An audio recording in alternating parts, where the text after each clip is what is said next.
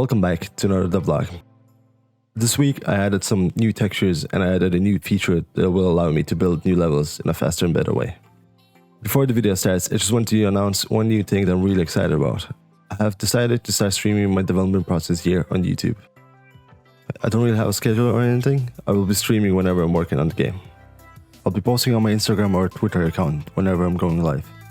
If you're interested in the game development, be sure to follow me on Twitter and Instagram to get notified whenever I'm going live here on YouTube. That's all for now, let's continue with the video. Okay, so this week was quite an interesting one. I managed to add some new textures and some new features. Firstly, I will start with the textures. I have added a new parallax background that you can see on the screen right now.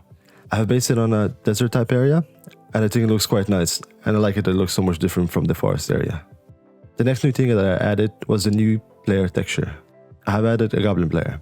For now, the customization part of this player, I was thinking kinda to do some different head shapes or different ear types, but I'm not sure which one I will do. Okay, that's all the new textures that I've added this week. Now let's move on to the features. Alright, so the new feature that I've configured and added was automatic tile maps.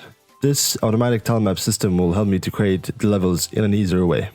Before I have the system, when I was making the levels, I kinda had to switch from one tile to another and just place them down.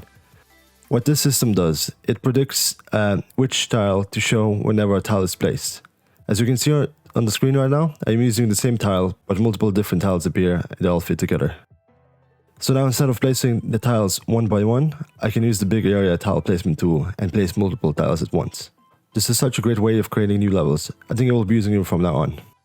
Okay, I think that's all that I did this week, but before I go, I just wanted to talk about another important part of the game. Well, I think the most important part of the game, the actual storyline of the game.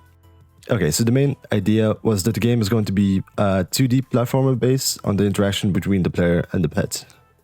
Well, the player and the pets would have maybe some kind of a level system, and any action that the player or the pet would do would award them with some kind of experience points based system. As I mentioned in the previous video, there would be certain tasks that the player could do. For now on, I'm not really too sure what the task would be exactly. I was kind of thinking to add maybe some kind of enemies that the player and the pet could attack or stuff, and then let's say the enemies would have different levels, higher levels, and let's say that the player would need to increase its level before it fights the bigger bosses or the bigger monsters. I think I will try to dedicate one of the devlogs for the creation of the storyline for the game in the upcoming weeks. I will try to maybe just sit down and write some kind of a story and just how everything would develop and so on. And I think I will try just to make one video, a devlog, just explaining everything. Okay, I have a lot more work to do. For the next week's devlog, I will try to improve the players and the pets moving.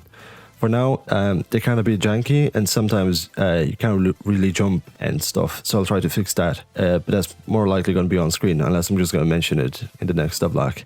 And I will try to add maybe some more configurable textures to the player creation menu. As you remember now, you can only kind of change your hairstyles and stuff. And I'll try to do maybe some kind of a shader. You can change the color of the clothes of the player or something like that. And perhaps I'll try to add the very first NPC to the game. We'll see how much time I have the next week. Thanks a lot for watching this week's devlog, and I'll see you on the next one. Have a good day.